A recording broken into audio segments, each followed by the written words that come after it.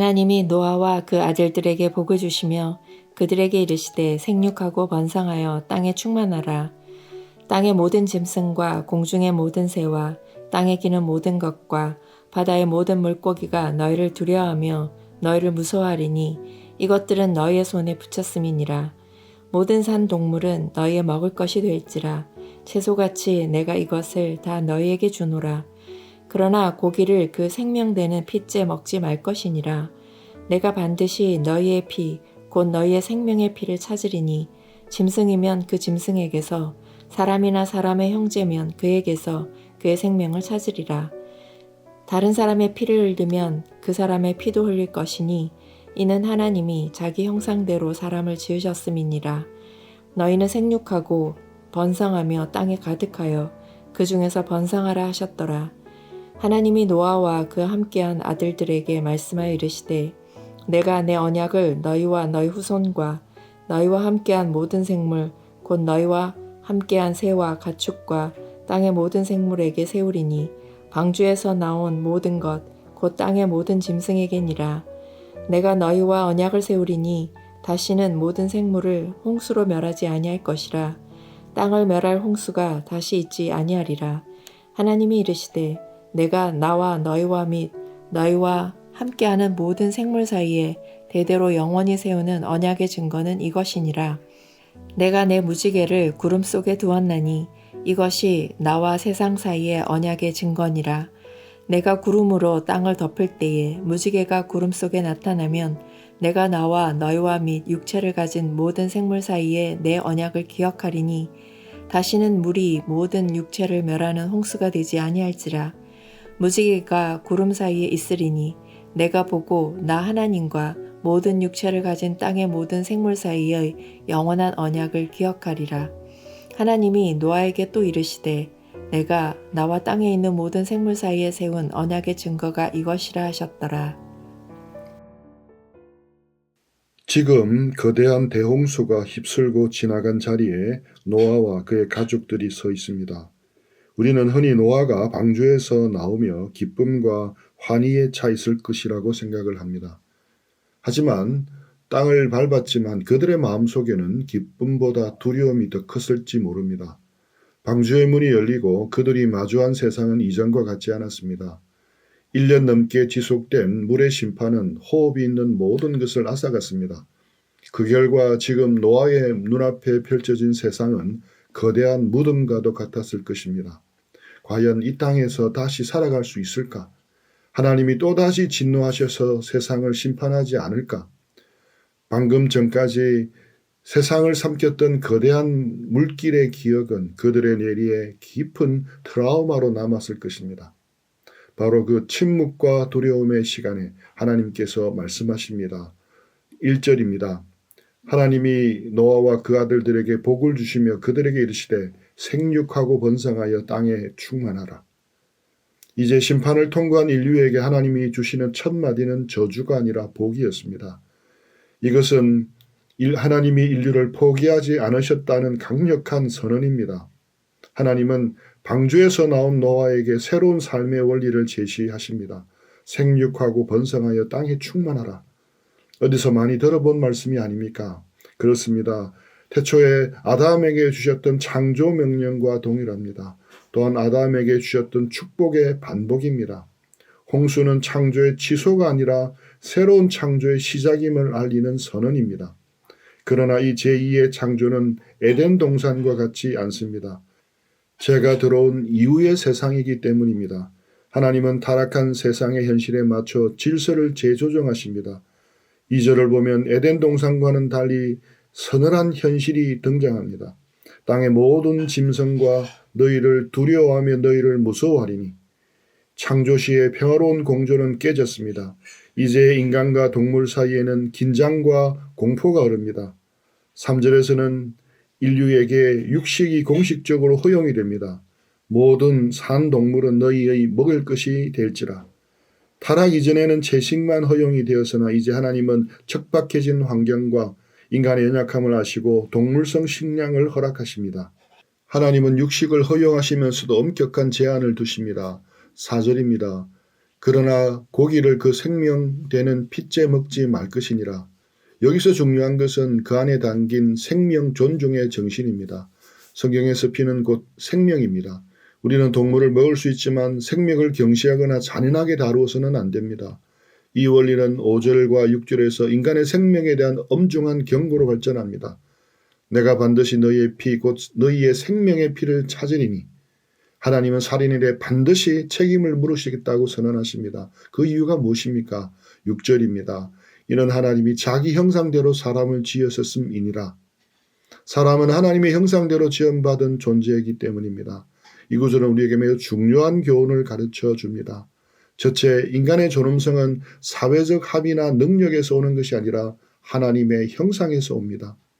홍수 심판으로 인간은 쓰레기처럼 썰려갔습니다. 노아는 인간 목숨이 파리 목숨 같다고 느꼈을지도 모릅니다. 그러나 하나님은 선언합니다. 아니다. 여전히 인간은 존귀하다. 내 형상이 그 안에 있다. 그래서 살인은 단순히 한 사람을 죽이는 것 이상으로 하나님의 형상을 파괴하는 것이며 창조주에 대한 직접적인 공격입니다. 하나님은 폭력이 난무했던 홍수 이전 시대와 같은 비극이 반복되지 않도록 인간의 생명을 보호하는 최고의 법적 울타리를 쳐주신 것입니다. 우리는 생명을 어떻게 대하고 있습니까? 오늘날 우리는 물리적인 살인뿐만 아니라 말과 혀로 사람을 죽이는 시대에 살고 있습니다. 실제로 악플로 인한 간접살인의 예가 비일비재합니다. 예수님은 형제에게 라가라 하는 자, 미련한 놈이라 하는 자는 살인자와 같다고 하셨습니다. 나와 성향이 다르고 나에게 해를 끼친 사람이라 할지라도 그 안에 하나님의 형상이 있음을 기억해야 합니다. 낙태, 자살, 혐오와 차별이 만연한 이 시대 속에서 우리 그리스도인은 생명의 절대적인 가치를 지켜내어야 합니다. 생명의 법을 세우신 하나님은 이제 노아와 더불어 언약을 맺으십니다. 이것을 노아 언약이라고 말합니다. 이 언약에는 몇 가지 특징이 있습니다. 첫째, 주도권이 하나님께 있습니다. 9절을 보십시오. 내가 내 언약을 나와 너희와 너희 후손과, 주어가 누구입니까? 바로 하나님입니다. 노아가 하나님께 딜을 하지 않았습니다. 하나님 제사를 드릴 테니 다시는 홍수를 내리지 말아주세요라고 요청하지 않았습니다. 이것은 전적인 하나님의 은혜요 일방적인 선언입니다. 내가 내 언약을 나와 강조용법이 적용이 되었습니다. 이것은 하나님의 결연한 의지를 보여줍니다. 인간의 반응과 상관없이 하나님이 약속을 이루시겠다는 표현입니다. 노아 언약의 특징 두 번째는 수혜자가 우주적입니다. 이 언약은 노아와 그의 후손 모든 인류뿐만 아닙니다. 10절에 나오는 너희와 함께한 모든 생물, 땅의 모든 짐승까지 포함됩니다. 하나님의 관심은 구원받은 성도들에게만 머물지 않고 지으신 피조 세계 전체를 아끼십니다. 이것이 바로 일반 은총입니다. 믿는 사람, 믿지 않는 사람 모두 햇빛과 비를 누리고 아름다운 자연 속에서 살아가는 이유가 바로 이 언약 때문입니다. 노아 언약의 세 번째 특징은 무조건적인 보존의 약속입니다. 11절 다시는 모든 생물을 홍수로 멸하지 아니할 것이라. 이 약속은 너희가 죄를 짓지 않으면이라는 조건이 붙어 있지 않습니다. 8장 21절에서도 보았듯이 하나님은 인간이 계속 죄를 지을 것을 아셨습니다.